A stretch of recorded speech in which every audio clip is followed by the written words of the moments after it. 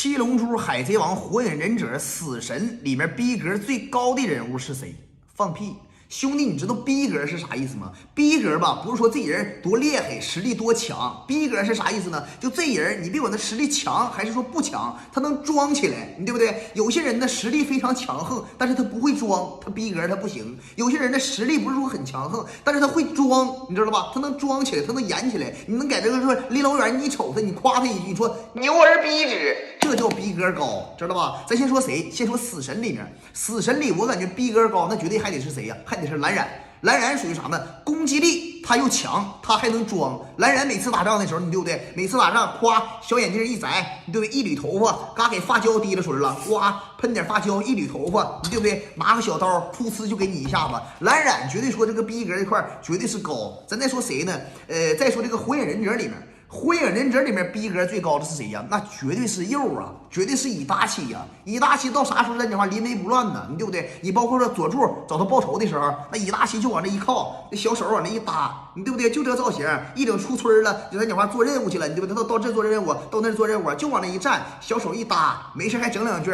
你的幻术在我眼里头狗屁不是，你是个嘚儿啊，没事还给人两句，那嘴还损。宇智波鼬，我说点话，那说话一针见血，还装，就往那一站。戴个小帽子多狠呐！我感觉宇智波鼬的逼格就相当高了，但是照谁差点啊？兄弟们，宇智波鼬逼格再高，照七龙珠里的贝吉特他也差。贝吉特那叫啥呀？兄弟们回答我，那叫逼王，知道吧？到啥时候贝吉特必须说装起来？就贝吉特当初跟谁？跟魔人布欧他俩干仗的时候，贝吉特讲话了。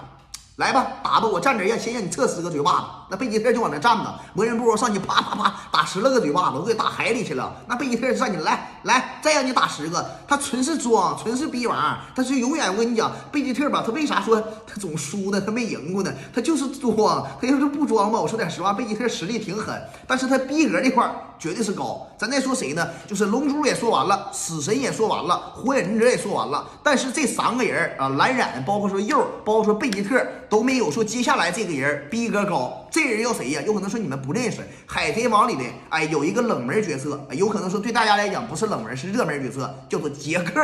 应该有很多人知道吧？杰克他的艺名叫啥？靠船王。杰克逼格绝对高，知道吧？往那大船上一坐，就往对面一瞅，谁呀？我这谁呀？还敢整我呀？